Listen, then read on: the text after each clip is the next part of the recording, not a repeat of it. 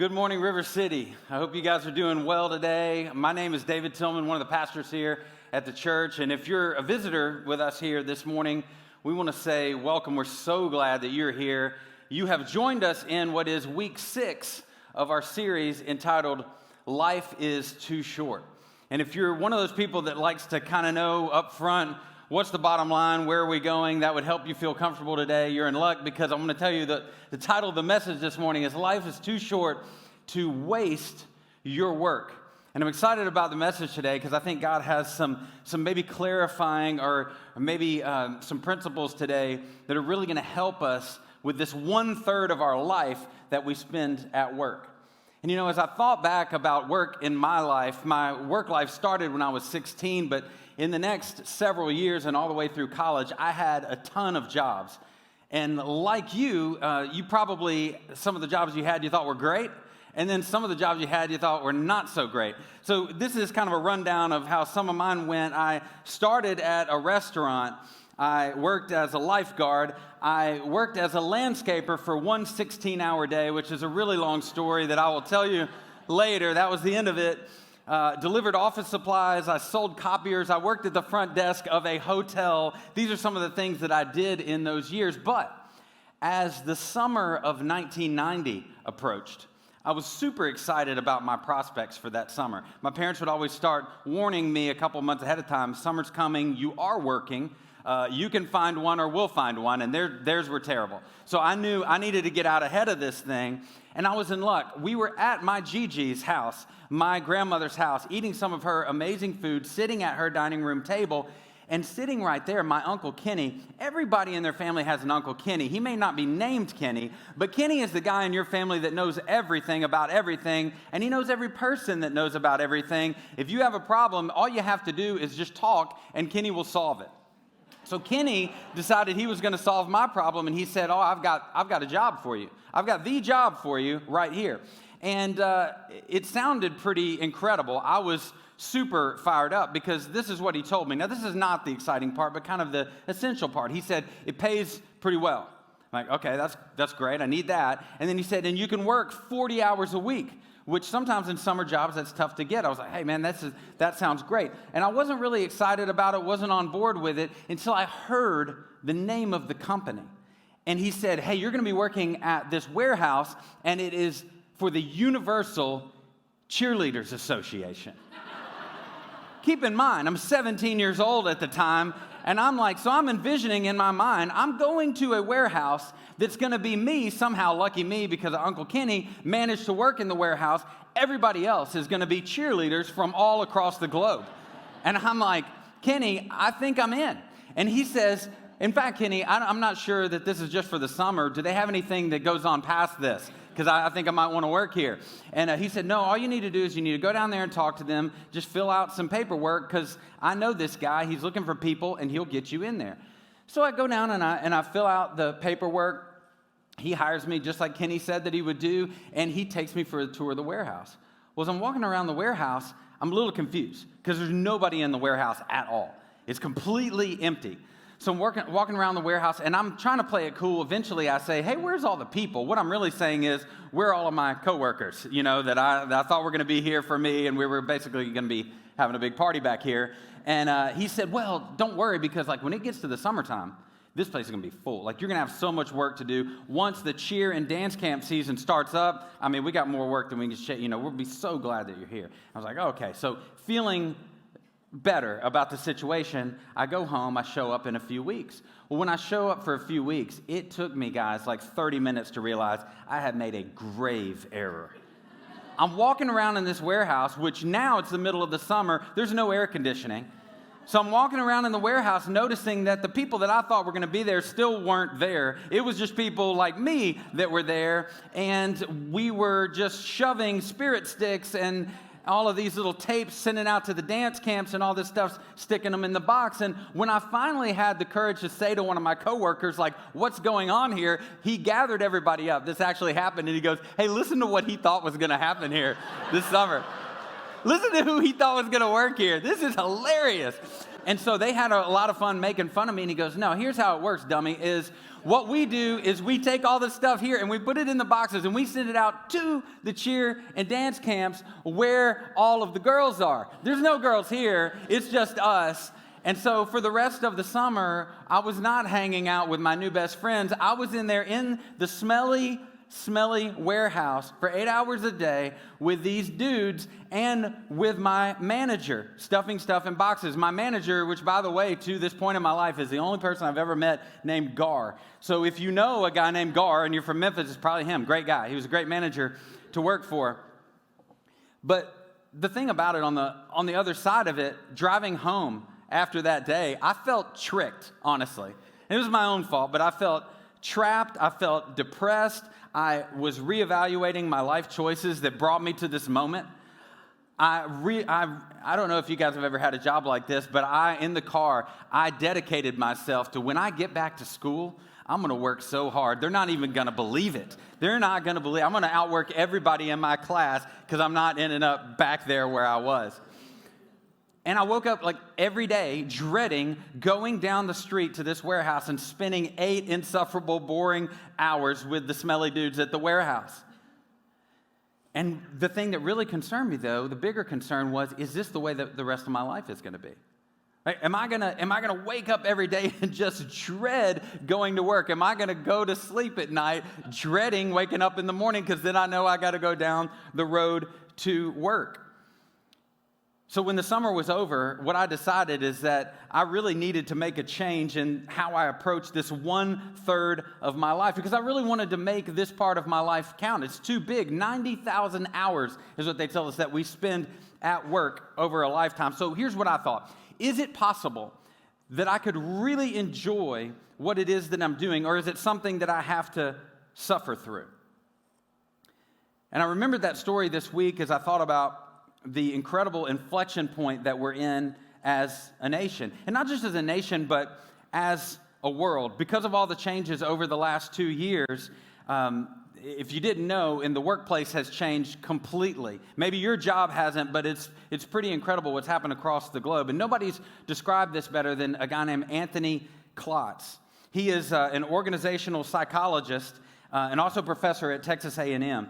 And you may not have heard of him, but this is what he predicted in the year 2020. When he looked at everybody in their jobs in 2020, he said, it doesn't seem like people are leaving their jobs. And he thought he knew why, that there was too much uncertainty in the world. Somebody didn't think, well, I can't jump out of this job because then what am I going to do? We're in the middle of a lockdown.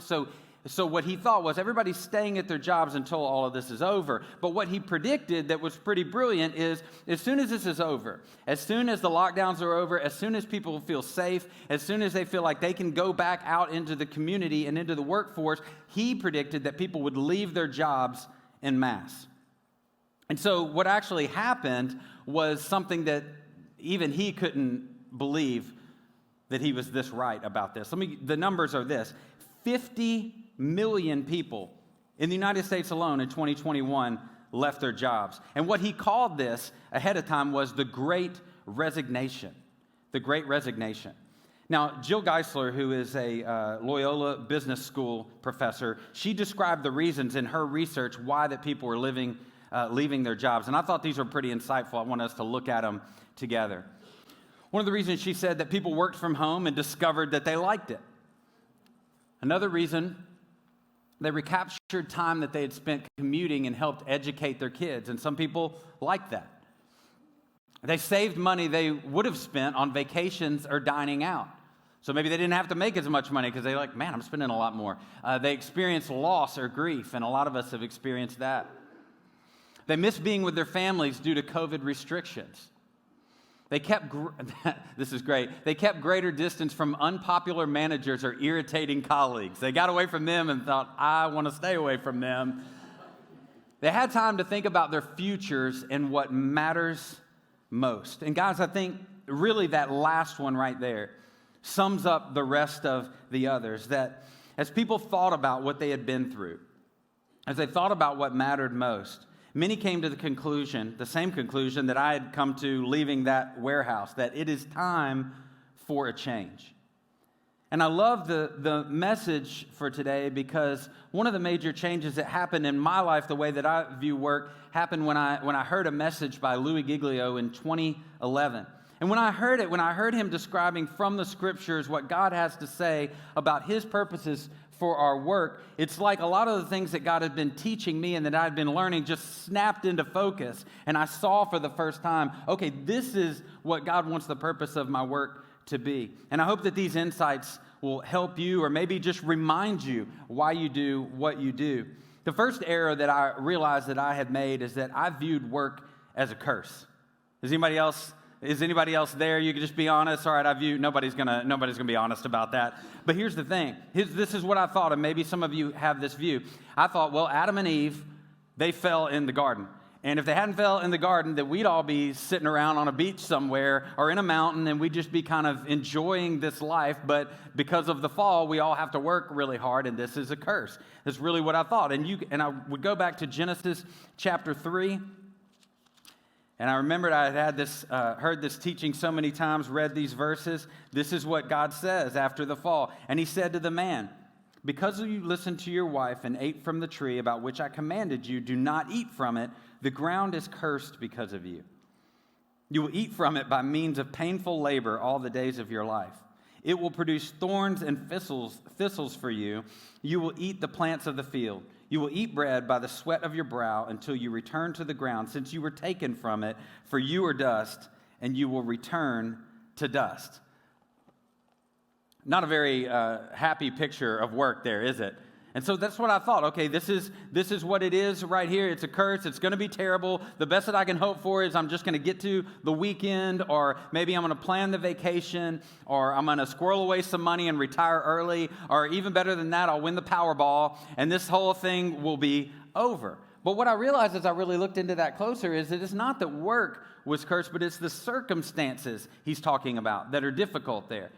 Hey, you're sweating now, and it's by the sweat of your brow you're going to eat.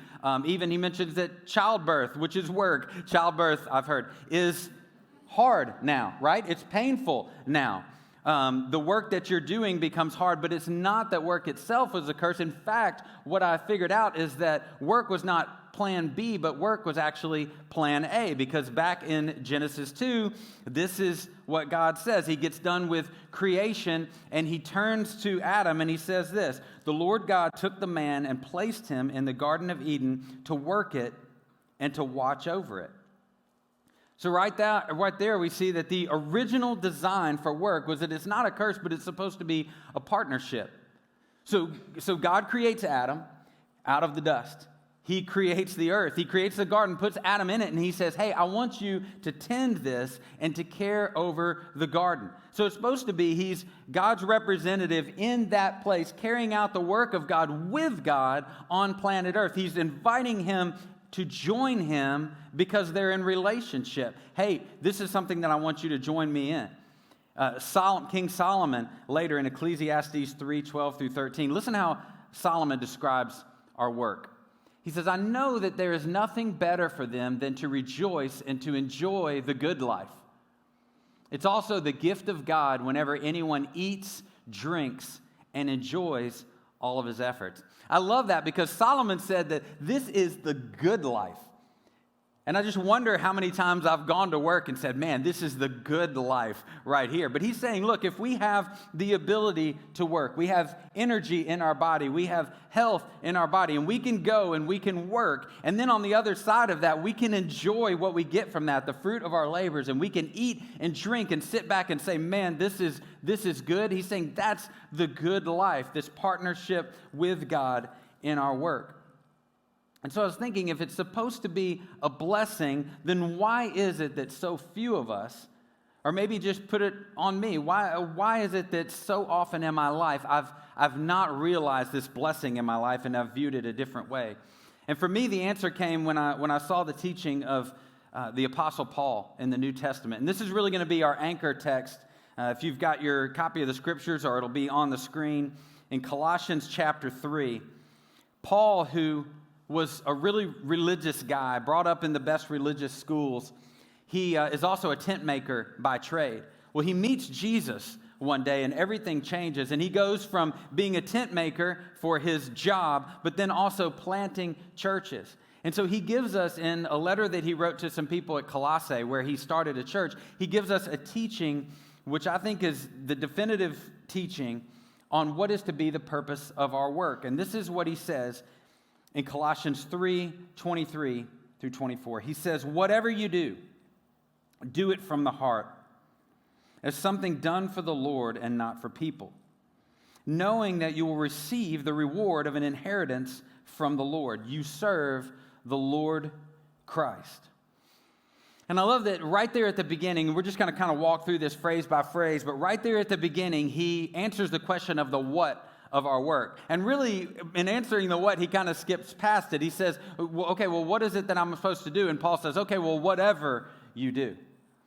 And I know for me, I'd say, does that mean that I'm supposed to take the sales job in Akron? Or does that mean it's the startup in Nashville? Or do I start my own business and stay here? And Paul says, well, those are all questions, but really the bigger issue is whatever you do. Whatever it is that you're passionate, whatever the whatever is for you. And I love this because this includes all of us in the room, because for you, the job tomorrow might be algebra class. Or it might be you're going to a job site. Or it might be a cubicle. It may be that you're retired and you're going to volunteer somewhere. It may be that you're at the house and you're trying to be the best mother you can with your kids. And Paul says, whatever it is that you do, this is the way that you're supposed to do it. Work at it with all your heart.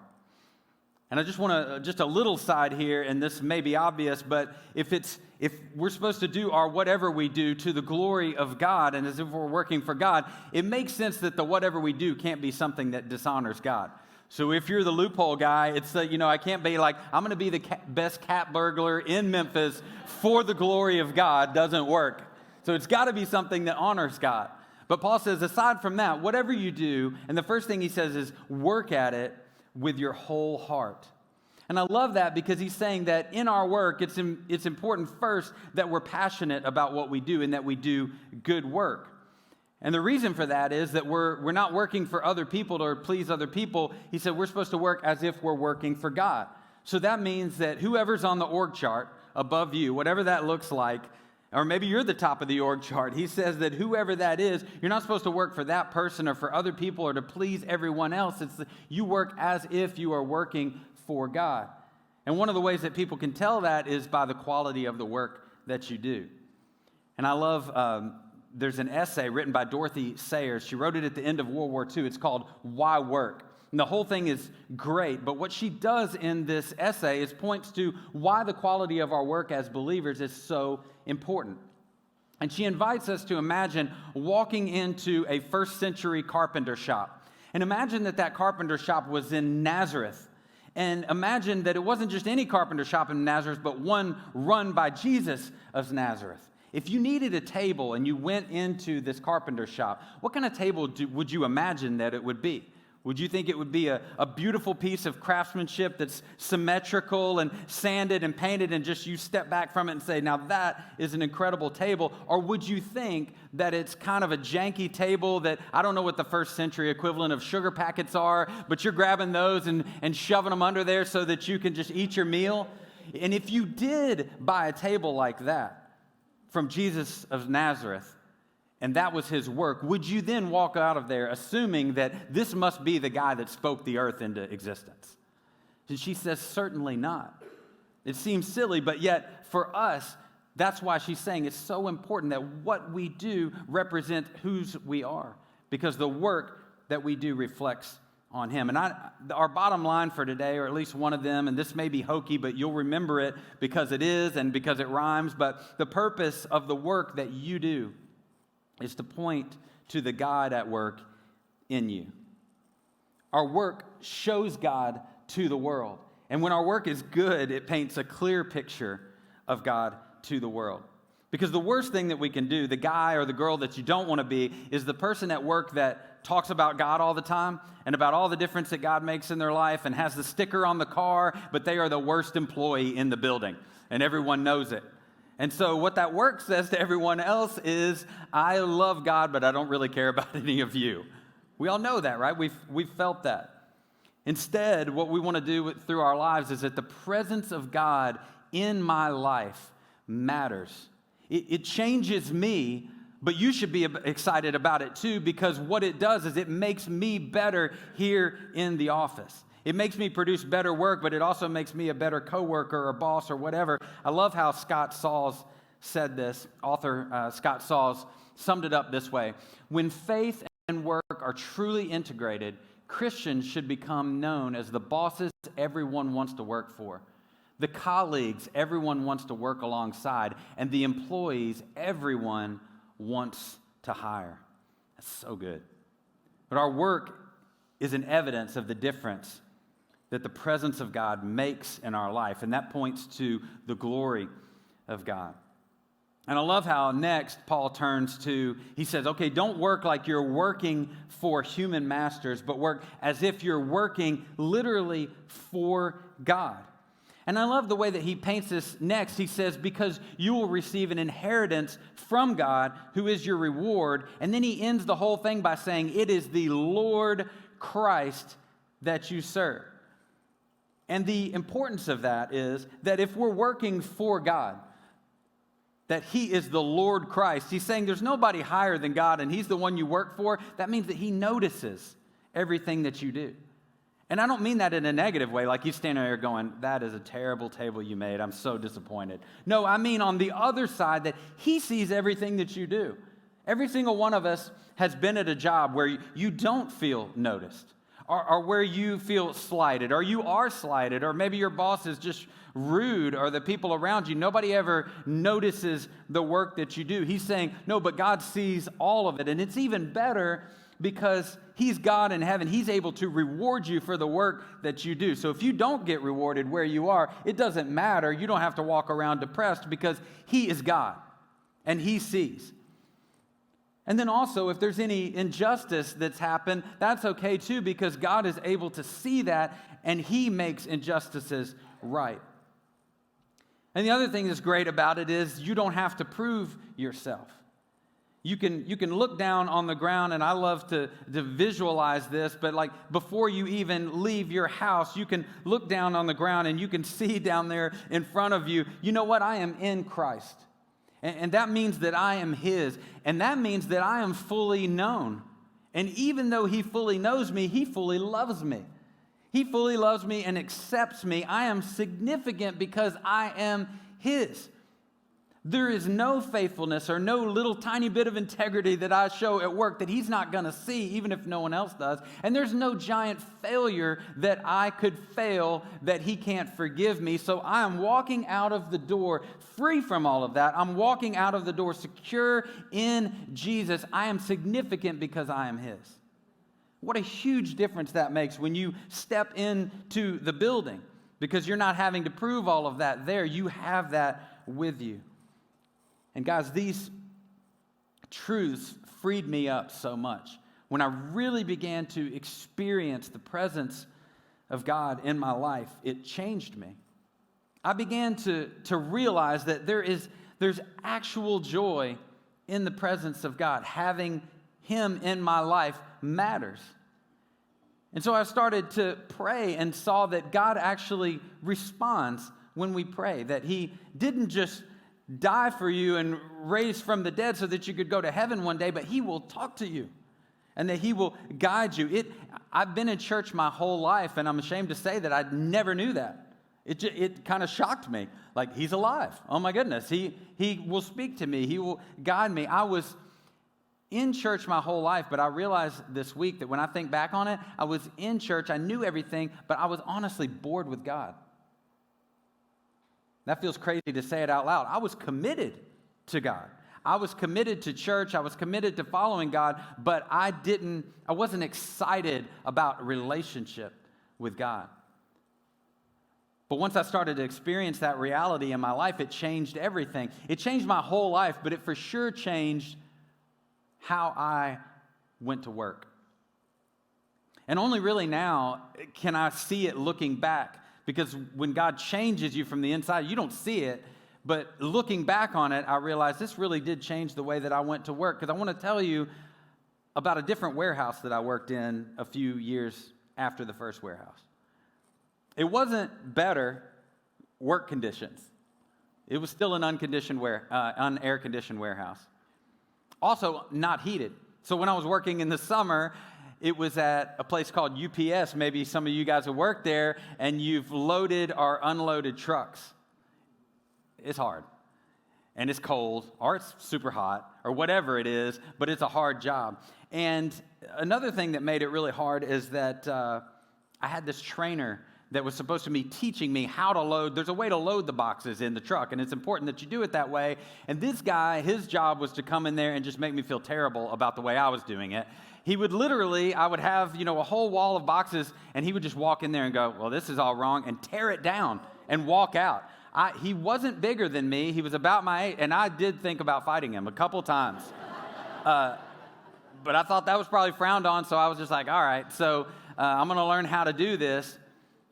But you know what was incredible is that because God had changed me, that I would go to work every day, and I realized that, okay, this is hard. I'm in this truck for 4 hours, but I'm not alone in this truck. I actually have time where nobody's going to interrupt me, and I've got the Lord Christ is here with me. And you know what? I have a whole lot of time that I can spend with Him where I'm not going to be interrupted. I don't have distractions, and I started to have joy about going to work every day. I think it made me a better employee. I think I cared more about what I was doing, but it wasn't because the guy was coming in and tearing down the walls. I mean, that just made me mad, but it was because on the inside of me, something has changed. And I'm like, okay, I want this to reflect, like, if this is what I'm doing today, I want that to be the most amazing wall that has ever been built of Nike boxes as they come into this truck. I want it to look beautiful all the way up to the top, and that's how it's going to be. Well, one day, this guy, we eventually became friends. I won him over. Or maybe he just started terrorizing somebody else. But I was standing there, and he walks into my truck. This is the beginning of the day. He walked in all gruff, and he said, "What are you so happy about?" And I didn't know I was happy. I was standing, I was like, "What are you talking about?" And he goes, "You got a goofy smile on your face. Why are you so happy?" And I was like, "I don't know." And he goes, "All right, whatever." And he leaves. And as I thought about it, I thought, why am I so happy? But now I know why. Because I was standing there, and I was just enjoying the fact that God was with me. And I was like, you know what? I can sing a hymn in here. Nobody's going to hear me. Nobody cares. I have time here. I have this moment. I'm going to be here for 4 hours. What am I going to do with it? I could see it as a curse, or I could just make the most of it. But I knew that life is too short for me to spend a third of my life just wasting it, just miserable. So I thought, I'm going to try to enjoy this. And God, I'm going to try to just let this be an offering to you. Because as I thought about it this week, and I think maybe this to sum it up for us, that there's two ways that we can go to work. And Paul alludes to this here. He said, we can go to work, and I can go to work for me. And so my attitude when I go, it can be, hey, what can I get out of this? What's in this for me? But problem is, the questions I start asking is, okay, well, how can I get it? And then was this noticed? I did all this stuff, but was that noticed? And then it wasn't, so I'm a little bitter now. And I'm a little frustrated. And I'm not saying if you're in a toxic place, you should stay there. If you can go somewhere else, move. But for the whatever you do today, maybe this afternoon, maybe tomorrow, that's one way that we can do it. Kind of like a husband doing the dishes. You save a few up there, for when she walks in the door, and then you grab them and you put them away, because if she didn't see you doing it, it doesn't count. Y'all know what I'm talking about. I don't do that, but I've heard. Or there's another way that you could do it. You can walk in the door and say, hey, I'm here. And I know Vicky's on the org chart. She's right there in my face. She doesn't even like me. But above her is the God of the universe, and He's crazy about me. He's my friend. And He's been so good to me. God, I don't have whatever time I have here today and whatever gifts that you've given me, I want to offer these back up to you. And when we do that, guys, what's really cool about it is that our work becomes worship.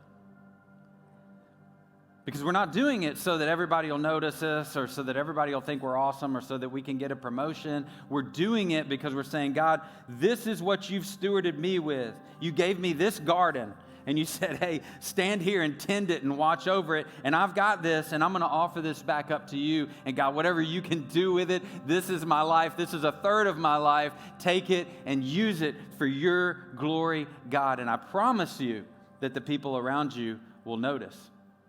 You may not even notice they notice because that's not your purpose anymore, but they're going to notice that it changes you. And what that does too with our work, when our work is worship, it means that preaching a sermon is not more holy than serving an amazing dish at a restaurant. Because if either of those things are done as an act of worship to God, then they are holy, they are worship. But I can tell you, if you didn't know, there's a lot of ways to preach a sermon that's not worship. I wonder what they thought about that. I wonder if that was okay. I wonder if that connected. I wonder if that was the right thing to do. I wonder if they thought, well, that was okay, but the last one was better, and all of that. Trust me, we're a neurotic bunch. But when we set all of that aside and we say, hey, God, with what I'm doing today, I just offer this up to you, then it becomes holy. It becomes worship.